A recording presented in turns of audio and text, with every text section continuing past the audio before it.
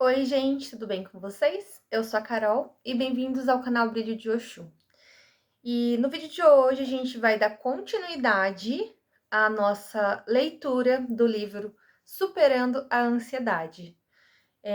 Estamos aí numa saga, né? Essa série ela provavelmente vai dar muitos episódios, porque apesar do livro não ser grosso, mas não dá pra gente ficar tanto tempo aqui lendo, né? E sem contar que eu faço muitos comentários.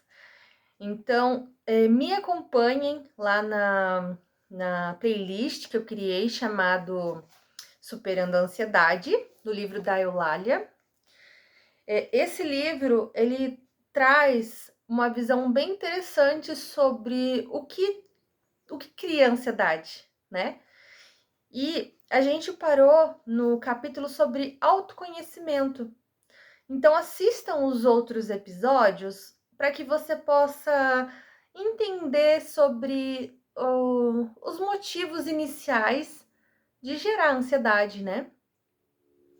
Então vamos lá, vamos para o capítulo do autoconhecimento. É interessante que, pelo que eu estou entendendo aqui do livro, que eu estou lendo junto com vocês, né? A gente está entendendo os passos da superação. Enquanto os episódios anteriores eu estava falando sobre o que gera ansiedade, aqui, pelo que eu estou observando, mostra como que a gente supera de fato, como que a gente se reconhece e a gente para de batalhar tanto internamente, né? Então, vou ler aqui com vocês, lembrando que a gente está lendo juntos. Não tenhamos medo de nós mesmos. Jamais procuremos o de que precisamos nos outros. Ai, essas palavras são muito esquisitas, mas tudo bem. Podemos encontrar tudo em nós mesmos. Somos obra divina e fomos criados com tal exclusividade. Conhecer qualquer um, ou até mesmo a todos, não significa conhecermos nós ou equacionarmos as nossas dúvidas e problemas. Somos um cosmos de amor, profundamente ignorado, a perder-se na penumbra do medo. Temos receio de estar a sós conosco. De fato, comentando aqui, a gente busca espelhar nas outras pessoas aquilo que a gente deveria procurar dentro de nós, né? E isso acaba intensificando o medo de estarmos sozinhos. Peraí. Ai, estamos ao vivo. Os apelos constantes formulados pelo mundo nos habituarão a uma vida externa, afastando-nos do hábito saudável de estar com nós mesmos, por alguns instantes, a fim de refletirmos sobre a vida. O consumismo exacerbado nos engole às forças e nos impõe compromissos desnecessários, mas que exaurem todas as reservas orgânicas e espirituais.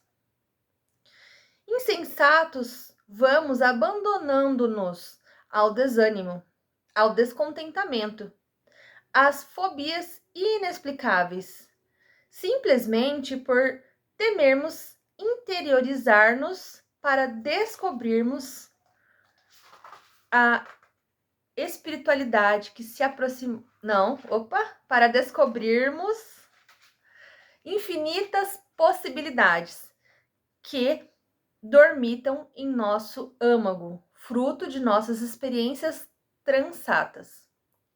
Silenciar em meditação profunda, exercitar a paz em alguns momentos diários, mentalizar o amor em movimento através das vibrações, eis o melhor campo para o cultivo do autoconhecimento. Veja só que eu sempre falo, né? da meditação. E realmente isso é verdade. Quando a gente silencia a mente e existem várias maneiras de meditar, mas quando a gente silencia a mente e, por exemplo, dá ouvido somente ao som que você está ouvindo, a frequência, ou o barulho externo dos animais, isso ajuda a gente a realinhar os pensamentos, né?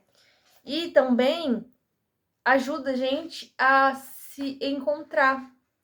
Às vezes, tudo que você precisava era de sentar e dar a oportunidade da sua mente conversar com você e expor o que ela está sentindo. E aí você olhar de fora e falar, pera, isso eu posso organizar assim, isso eu posso organizar assado.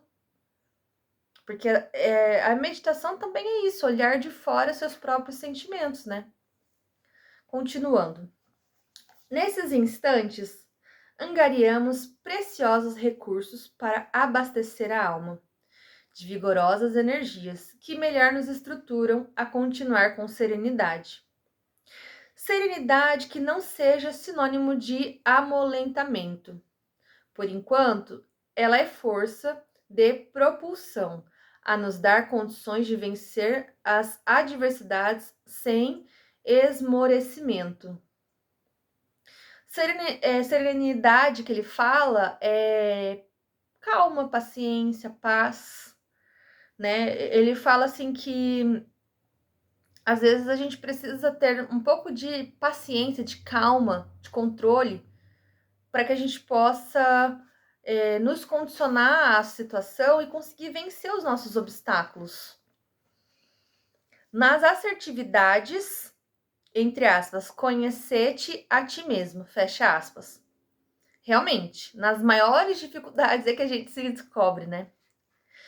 Tão utilizada pelo sábio da antiguidade, Sócrates, o ser encontrará meios de desvestir-se do homem velho, reformulará antigos pendores e desenvolverá aptidões até então ignoradas para levar a bom termo o compromisso, assumindo no mundo espiritual antes de mergulhar na carne.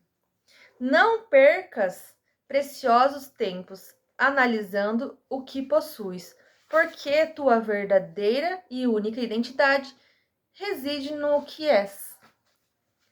Interessante que o Sócrates realmente ele é um grande pensador e ele aborda bastante assuntos sobre o nosso eu interior, né?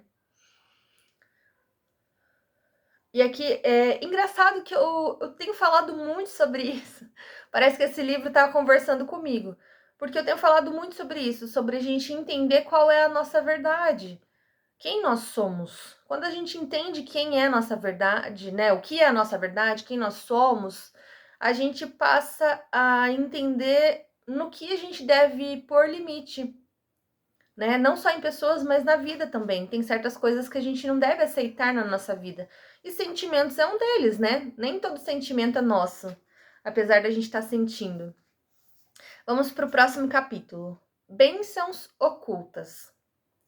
Por que não dedicas alguns momentos do teu dia, embora ínfimos, a estar com Jesus? É que te encontras sempre ao quebrado, e então poucas vezes sentes a força de que necessitas não só para seguir, mas principalmente para acreditar no quanto se importa contigo os bons amigos espirituais.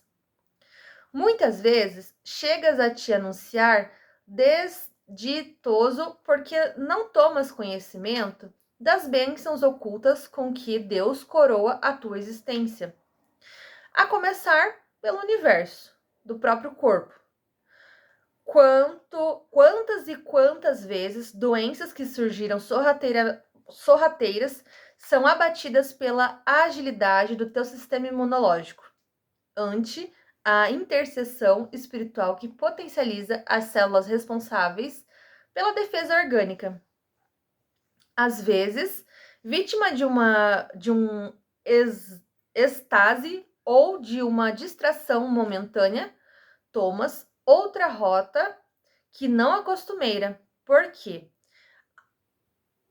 Mãos invisíveis de amor te poupam do envolvimento em algum acidente, desvencilhando-te dos planos até agasalhados.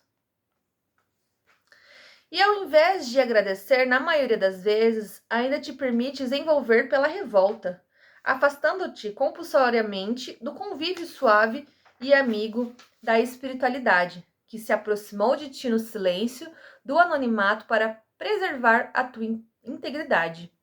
A bênção de receber o caminho de um filho, o olhar seguro de um pai, a mão estendida de um amigo, aonde vais, refazendo os desafetos de outrora, estreitando laços sob a coordenação do Maestro Divino, é incessantemente ignorado por ti. Nunca esqueças que a tua vida e tu mesmo são muito mais do que os teus olhos veem. Sem criares o hábito de orar, te afastas despercebidamente de Deus e permaneces ignorando as bênçãos ocultas com que o céu brilha a tua existência. Essas bênçãos ocultas, elas têm muito a ver com o que a gente acha que é natural, né? Muitas das vezes a gente acha que Deus, que os orixás, que os nossos guardiões não estão cuidando da gente, né? A gente acaba reclamando, ai, porque eu estou doente, ai, por causa, né? Porque fulano de tal foi embora. Mas muitas das vezes são eles mesmos que estão trabalhando no oculto para nos ajudar. Às vezes você tá com uma doença muito difícil, só que você não tá passando por algo difícil. Apesar dessa doença ser grave, você tá numa vida ótima, né? Na medida do possível. Ou até curado mesmo. Porque muitas das vezes, por mais que o espírito não fale que está ali do seu lado, ele está ali do seu lado, te reenergizando, te dando passe. Assim como, às vezes a gente reclama que perdeu o amigo, mas esse amigo era o amigo da onça, não era amigo. E aí a espiritualidade, como ela consegue enxergar o que está oculto, ela consegue ver o que de fato está acontecendo, né, a intenção do outro, ela tira da tua vida, de propósito, para evitar que você se prejudique no futuro, assim como um relacionamento, por exemplo, ou quem sabe um trabalho. Então, muitas das vezes, o espiritual está trabalhando no oculto, está preparando as coisas. E como a gente não vê com os nossos olhos, a gente acha que eles não estão fazendo nada. Mas a gente não imagina o sacrifício que eles estão fazendo para nos abençoar. E aí a gente acaba se afastando de Deus por causa disso. Sendo que, na verdade, tinha que ser o contrário. Tinha que orar ainda mais, agradecer ainda mais. Porque quanto mais fé a gente tem, mais fácil fica para eles trabalhar, né? Agora vamos para o capítulo Bênçãos que não vês, que é basicamente o que eu acabei de falar. Por que te habituaste à queixa, contumaz e muitas vezes te compraz sentir-te vítima? É que os teus momentos de prece se assemelham a longos petitórios e a outros tantos recitais em que sugeres o abandono de Jesus e da espiritualidade diante das dificuldades. Gente, eu confesso que essa leitura para mim tá um pouco difícil com essas palavras diferentes, né? São palavras bem antigas, que a gente já não usa mais. Mas eu vou tentar ler da melhor maneira possível e tentar interpretar o que tá escrito aqui, né? É bom que tá sendo até uma reciclagem de aula de português. Vamos lá. Acostumada a dominar e a pensar possuir o que tocas, pouco desenvolveste o dom de sentir e, portanto, desconheces as verdadeiras bênçãos que te envolvem a existência. Julgas apenas a tua felicidade pelo que sonhastes e não atingistes pelo que te acrescenta ao patrimônio material ou pelos laureis que o mundo possa lhe oferecer. Isso tem muito a ver com o que eu acabei de falar, né? Que a gente acha que as bênçãos só tem a ver com o material, com o financeiro, com o dinheiro, com as nossas conquistas. E não. A felicidade, ela tem mais a ver com o nosso coração, né? Com os nossos sonhos de verdade. Então, a gente acaba trazendo essa ingratidão, de certa forma. É uma ingratidão, porque por mais que ele não esteja fazendo o que você quer da maneira que você quer, eles estão fazendo aquilo que te proporciona feliz. Você só não tá enxergando, você não tá dando a oportunidade de ver o que o espiritual te traz. E aí você fica alimentando esse sentimento de ingratidão. Será por acaso que alguma vez pensastes nas bênçãos que não vês e te passam despercebido a ponto de sequer supores que existe? Será que te reconheces tal qual és criatura abençoada pelas inúmeras bênçãos a alcançar-te a existência nos mais diversos momentos e que chegam de forma sutil, impedindo acontecimentos funestos que poderiam mudar o curso da tua caminhada? Isso aqui entra no assunto que eu falei para vocês, que às vezes eles retiram coisas que não vai te fazer bem. Como os guardiões, eles conseguem ver muito mais à frente ao nosso tempo, eles conseguem ver a nossa linha da vida, né? Então, se eles veem que essa pessoa que está com você, né, não vai te ajudar em nada, na verdade vai te atrapalhar e te desviar do percurso, eles podem sim retirar essa pessoa. É o papel deles, né? Te manter no foco do teu objetivo quando você escreveu a sua história antes de encarnar. Por acaso, poderias afirmar de quantas dores morais foste poupada pela intercessão de mãos invisíveis que te sustentarão até o grave momento da queda? Quantas vezes vírus e bactérias foram combatidos no silêncio de teu corpo físico por um imenso batalhão de guardiões atentos, sob bênçãos invisíveis que te sustentaram a saúde física? Bênçãos de amor que não detectaste, mas que fizera a diferença entre o sorriso e a lágrima. O sofrimento e a alegria, quando por motivo ignorado, alteraste o trajeto de todo dia, deixando de vivenciar um acidente ou uma contenda de alto risco, que poderia inclusive custar-te a própria vida. É como eu falei, os guardiões preferem ver a gente chorando pelo que a gente não conquistou do que a gente chorando pelas coisas que a gente infelizmente adquiriu, né, por más escolhas. E até quem sabe, ali como ele fala, custar a própria vida. Então, muitas das vezes, os nossos guardiões, eles vão tomar decisões por nós para nos proteger. E essas decisões, elas podem sim ser decisões difíceis para nós encarnados. Como deixar a gente passar por uma situação para a gente aprender uma lição, ou quem sabe retirar algumas coisas para a gente não prejudicar essa vida que estamos vivendo, né? Por outro lado, há bênçãos que são confundidas com castigos, porque ainda não entendem o desígnio de Deus. Eu acabei de falar. Quantas vezes a doença é, na realidade, a mão amiga, retendo-te ao leito para que não sucumbas a uma prova difícil para o qual ainda te encontras desprevenida. Isso me vem uma coisa que eu falei esses dias com uma pessoa. Às vezes, a doença que vem na família não é uma desgraça, mas uma maneira de unir a família. Porque às vezes, uma pessoa ela veio com um karma. E esse karma é aprender a conviver com a tua família. Só que não consegue conviver com a tua família. Por quê? Porque são pessoas com características muito difíceis de lidar.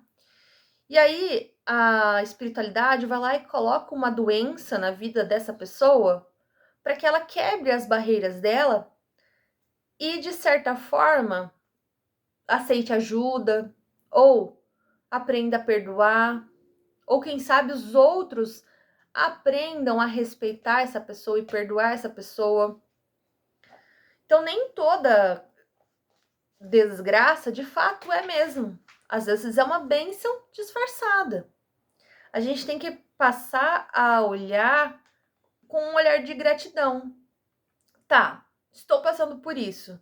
Por que será que estou passando por isso? O que será que isso quer me ensinar? Qual é o ensinamento desta situação, né? É que nem aqui essa segunda parte, né? Que ele fala de emprego, a mesma coisa. Ó, talvez a ausência de emprego ou do cargo almejado nada mais é do que o freio para não resvalares no abismo do orgulho ou da vaidade destruidores. Quantas vezes a solidão não representa o abandono, mas um momento de reflexão a te permitir a retomada de um caminho novo, mas juntos de Jesus. Muitas das vezes a gente acha que Deus não está nos ouvindo, que os nossos guardiões, nossos orixás nos abandonaram, né? Poxa, eu queria tanto esse cargo, por que eu não posso esse cargo?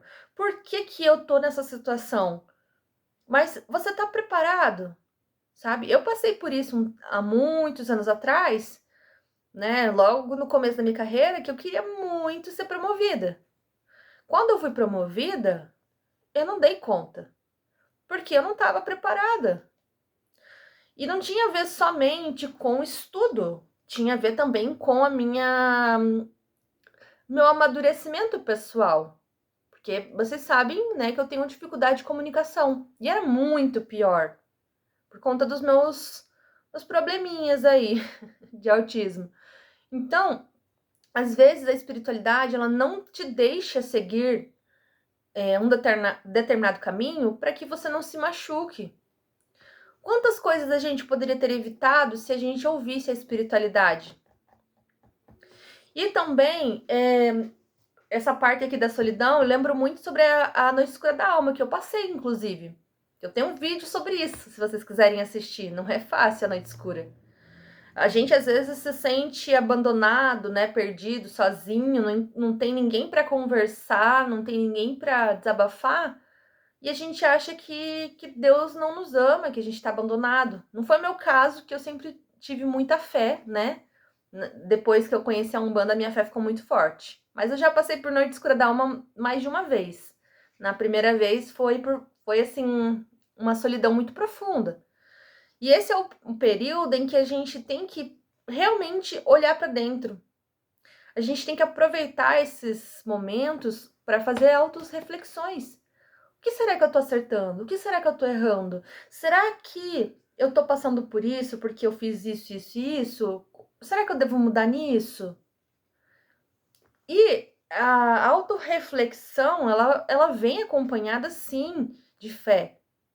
Quando você tem fé, você consegue entender qual é o caminho, né? Porque às vezes a pessoa não tem fé, então ela não tem direcionamento. Eu não digo religião, eu digo fé mesmo. Fé. E o processo das meditações, escrever cartas para si mesmo, não sei, eu gravo os meus vídeos aqui e começou com a minha autorreflexão. É importante. Esses processos ajudam a gente a se conhecer. Continuando. E assim, segue o rol do amparo, ignorado. Aqui e acolá, e ainda mais adiante, e a todo um instante, como bênçãos que verdadeiramente não vês e pelas quais nunca agradeces, mas que são as únicas responsáveis pela bendita oportunidade de continuar vivendo, multiplicando as tuas chances de atravessar o melhor possível a reencarnação em que te encontras. Bênçãos que se assemelham a carícias de Jesus, demonstrando-te que as mãos do próprio Mestre te conduzem pelas vielas das tuas dificuldades. resgatando-te do vale das sombras para ressurgires na luz. Ó, que interessante. Esse final aqui, ele falou muito sobre a noite escura da alma. Que quando você entra para a noite escura da alma, você se vê perdido, você se vê ignorado, sem amparo. Mesmo que tenha algum apoio, que geralmente na noite escura da alma você não tem muito apoio, né? Eles te deixam isolado mesmo. Você acaba não encontrando soluções, sabe? E aí, quando você compreende que você precisa de uma força, né? Eu pedia muito para os meus guardiões. É nesse momento que eles te puxam e eles te ajudam. Aí é a parte ressurgires na luz, que é quando você se encontra, se entende, porque é importante a gente conhecer o nosso lado sombra, né? Até pra gente poder melhorar na nossa ansiedade, entender que aquilo que você está sentindo é por causa de uma situação que você viveu na infância ou na adolescência. E aí, quando você tá pronto, que você entendeu, aí sim, aí eles te resgatam, eles te ajudam. O próximo capítulo é Bendito Esquecimento. Deixa eu ver o tempo aqui. A nossa ignorância muitas vezes não nos permite avaliar a grandiosidade da misericórdia de Deus, quando nos beneficia com o esquecimento. O esquecimento seria o véu do esquecimento, né? Quando a gente reencarna, que a gente reencarna sem saber exatamente. Na verdade, a gente reencarna sem saber de nada, né?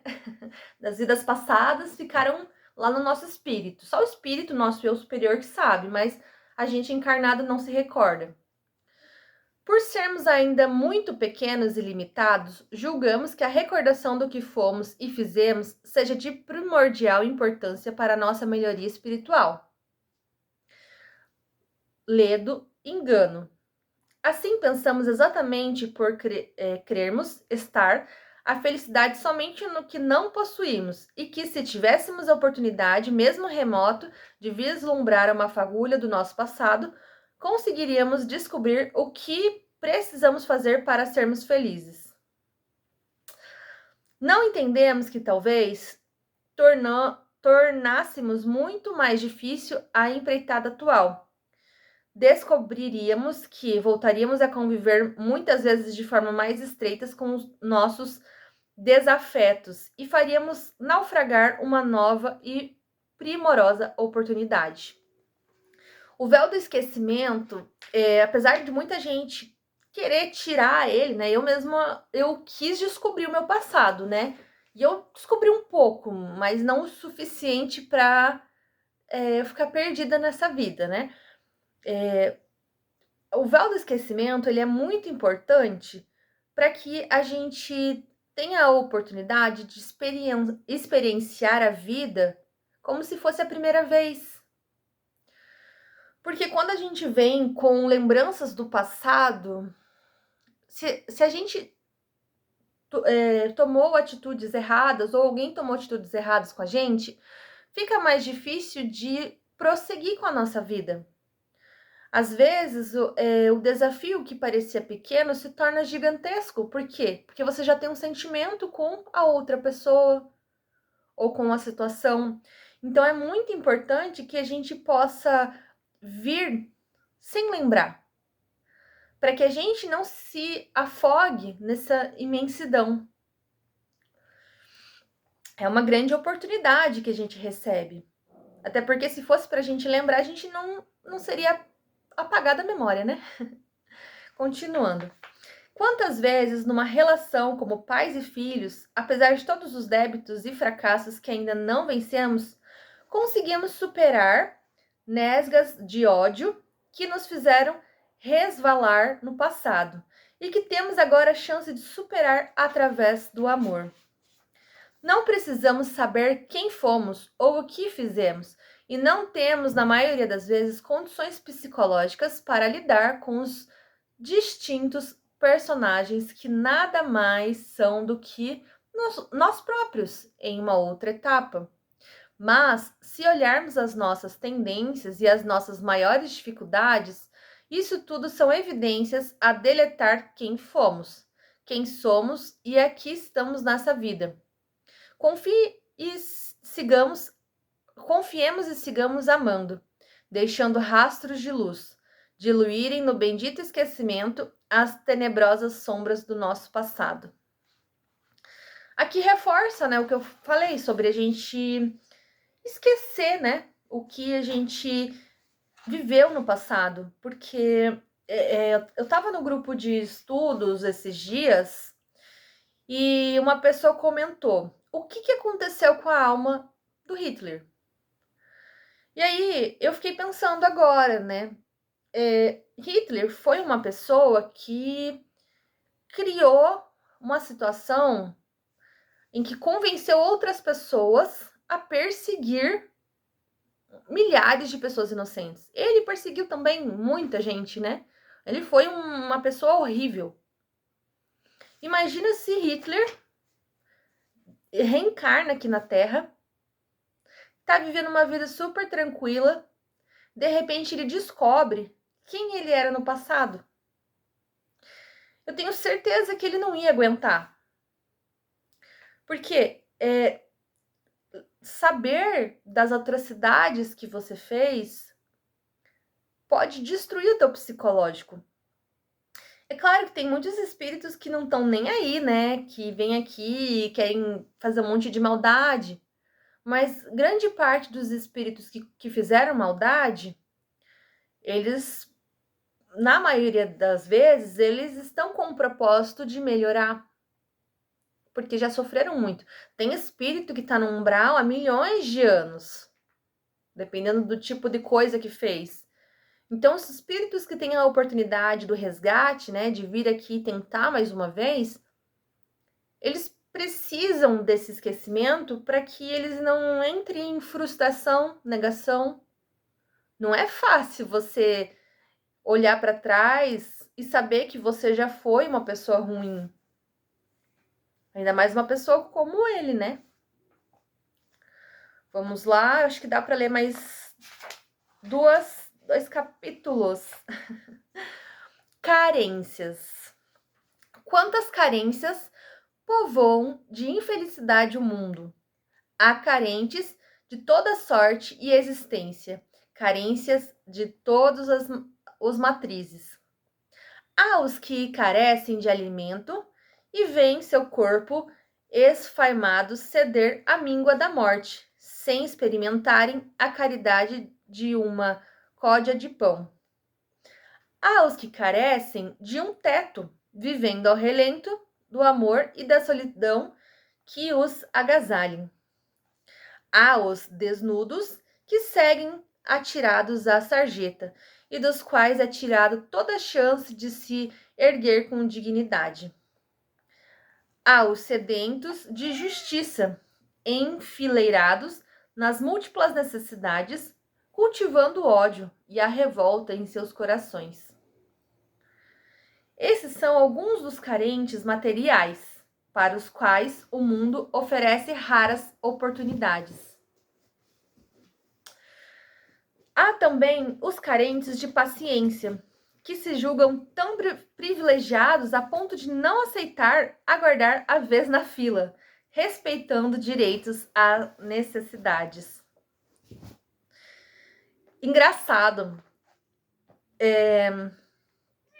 Isso me lembra uma situação em que eu estava na fila do mercado e a gente estava, eu, né, no caso, estava num caixa em que você passa sozinho as suas compras. E tinha um monte de caixa. Mas o que passa sozinho só tava eu e mais umas 2 pessoas ocupando lá, umas 3 pessoas. E essa pessoa ficou muito brava, porque ele não queria esperar na fila. Como se a minha obrigação fosse ser muito rápida para que ele pudesse fazer a compra dele. E essa carência da paciência é uma coisa muito complicada. Eu confesso que eu não tenho muita paciência. Mas a gente tem que buscar entender e ter paciência. Porque, Batman, Porque às vezes a gente acaba tratando a outra pessoa de uma maneira grosseira por uma coisa que a gente tem que trabalhar dentro de nós. É a mesma coisa que da carência de bens materiais. Aqui me mostra muito uma visão sobre pessoas que passam necessidades, que muitas das vezes estão jogados ali na rua, na sarjeta, né, por decisões ruins da vida ou, sei lá, por uso de drogas. Enfim, tem vários motivos pelas pessoas estarem ali. E a gente passa na frente dessas pessoas todos os dias e a gente não dá um mínimo de atenção para elas, né? Não se preocupa. E essa carência de bens materiais é algo que muitas das vezes elas não têm força para conquistar, por inúmeros motivos. E aí a gente julga que essa pessoa é forte, que poderia estar trabalhando. Nem sempre a força física é equiparada à força psicológica. Se essa pessoa passa por essa carência financeira, é porque talvez essa pessoa está passando por algum problema psicológico muito grave. A ansiedade, né, que faz ela consumir as drogas. Pense sobre isso. Bom, continuando. Os carentes de humildade, que se consideram superiores a todos os demais e se declaram os mais capacitados para sempre tomar as decisões. Nem vou falar. Os carentes de amor, que vivem a solidão de não ter alguém que os afague, porque nunca experienciaram a troca afetiva que a todos brindam com reciprocidade. Esse tem o ponto da pessoa que tem medo de se abrir para o mundo e aquela pessoa que não sabe o que é amor, que infelizmente nunca recebeu, ou se recebeu foi um amor diferente, né? Tem vários tipos de amor, né? E o amor de acolhimento e carinho é um amor muito específico e nem todo mundo sabe entregar, infelizmente. E os carentes de luz, que margeiam apesar do intelecto, muitas vezes brilhante, as estradas da ignorância moral. Mas, acima de tudo, há os carentes de Deus, que por não serem capazes de enxergar a sua pequenez e a fragilidade da vida física, andam perdidos no fausto que o mundo lhe oferece. Como verdadeiros fantasmas, caminham em trevas por ausência da fé, ao qual, fazendo-os sobrepujar tudo que é efêmero, lhes mostraria um caminho infinitamente maior, onde poderia encontrar-se encontrando Deus.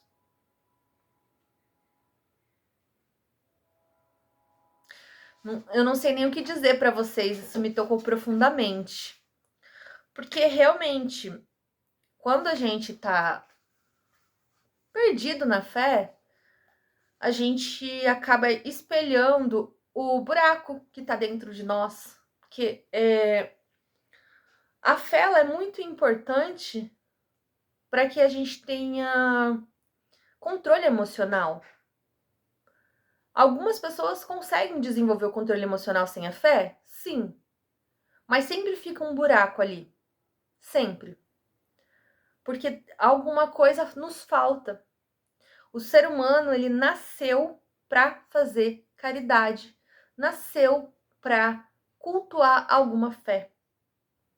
E aí, o próximo capítulo é sobre caridade. Vamos lá. E eu não sei se eu vou conseguir ler mais. Vamos lá, então. Não desperdices a oportunidade abençoada de fazer a caridade.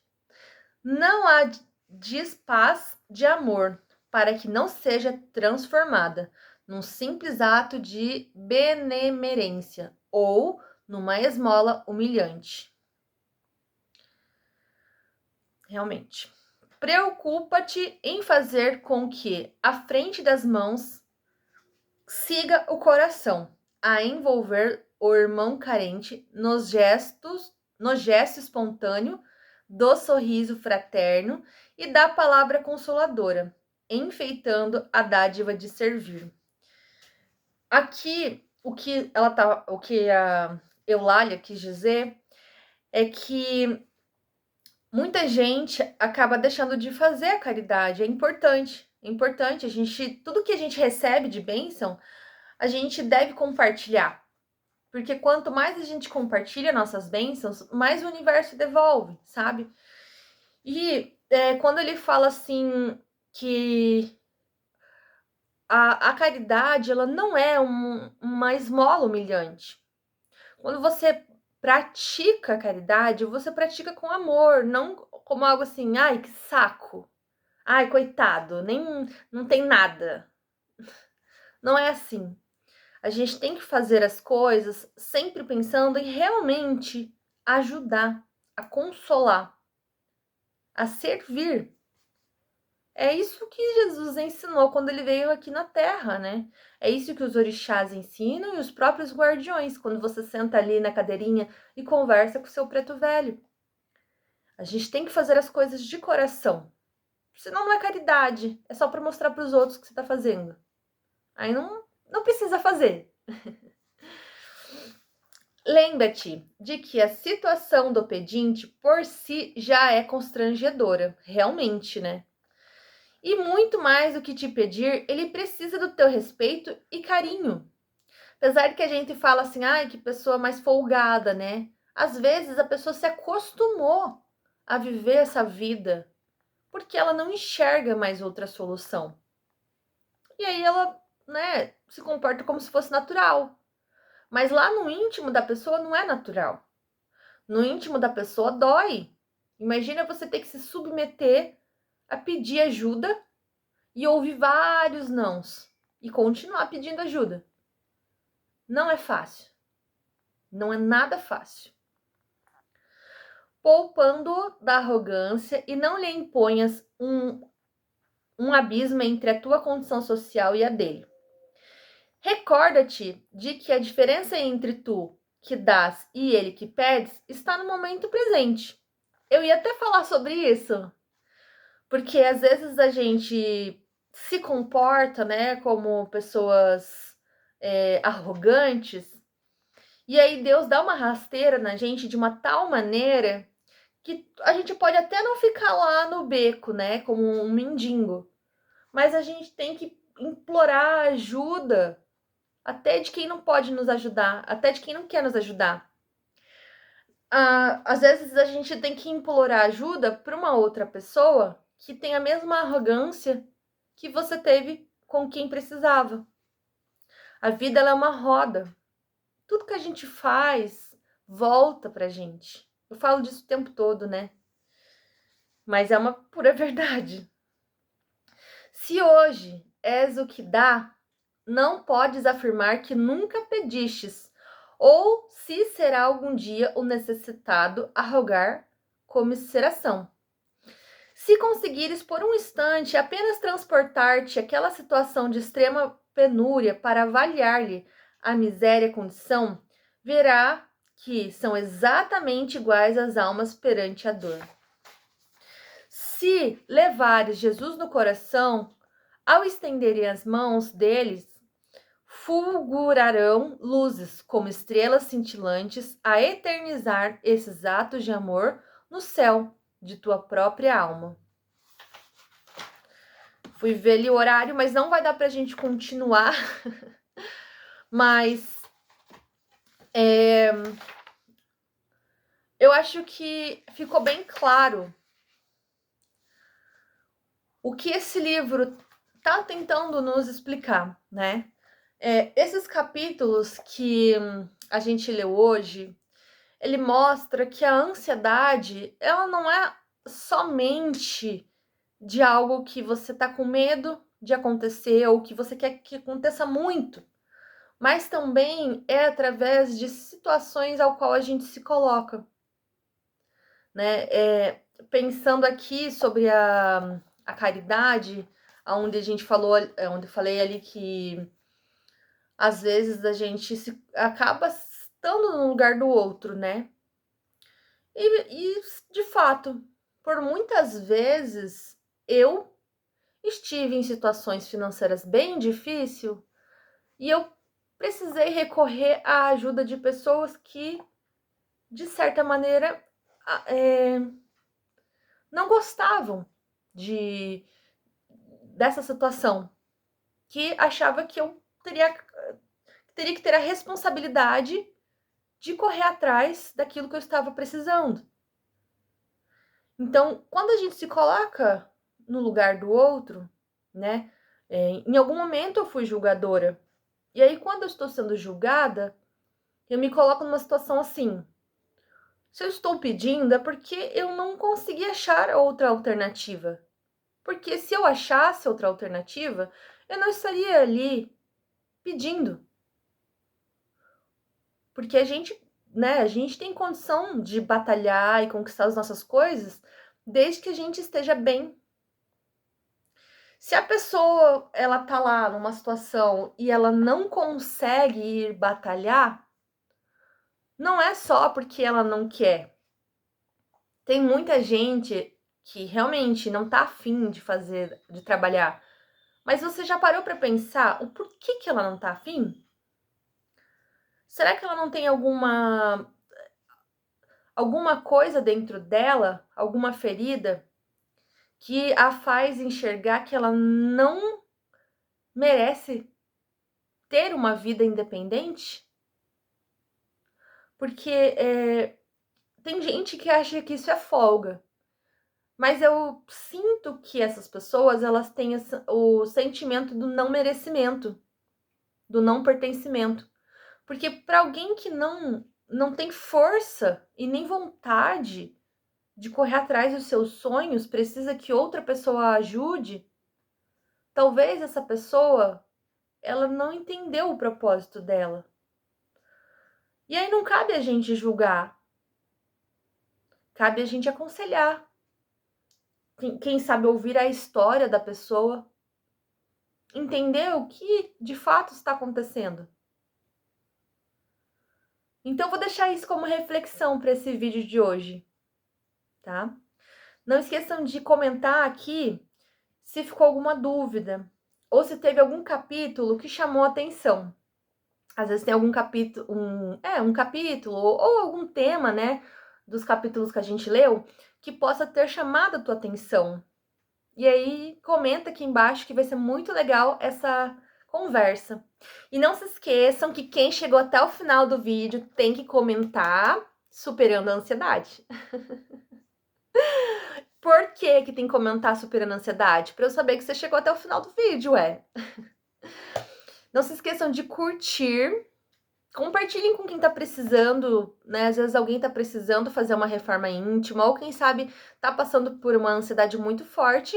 E essa série de vídeos, ela está aqui justamente para te ajudar, ou para ajudar essa pessoa. Lembrando que vai ter uma playlist chamado Superando a Ansiedade, e lá a gente vai. Eu vou ir postando, né, as continuações do livro. Lembre-se que tem tudo isso aqui pra gente ler. E é isso, não se esqueçam de se inscrever no canal e ativar o sininho para receber as notificações, tá? Um beijo e até o próximo vídeo.